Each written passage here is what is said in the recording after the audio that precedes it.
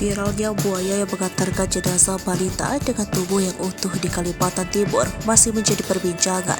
Pasalnya, diketahui akhirnya bahwa buaya tersebut tidak beraksi cuma sekali saja. Ada 3 kali peristiwa yang serupa sering dilakukan oleh buaya satu ini.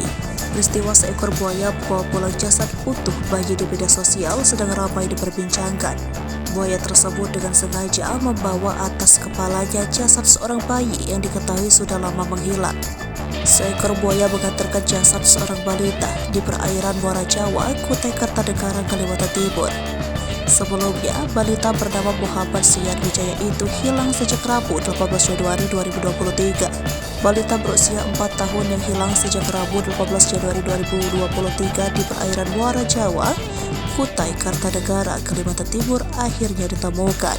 Proses penemuan jasad balita itu pun membuat geger. Kemudian ada fakta baru yang belakangan ini terungkap ke publik. Ternyata peristiwa si bayi dibawa oleh si buaya itu tidak hanya terjadi cuma sekali saja, melainkan sudah 3 kali kejadian serupa kerap terjadi. Sudah ada 3 orang korban anak yang kemudian dibawa pulang jasadnya oleh buaya.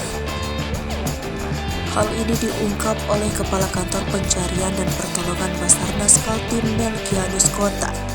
Melkianus mengungkapkan bahwa security di perusahaan sekitar lokasi sungai melihat kejadian itu. Buaya itu disebut membawa jenazah korban sebanyak 3 kali.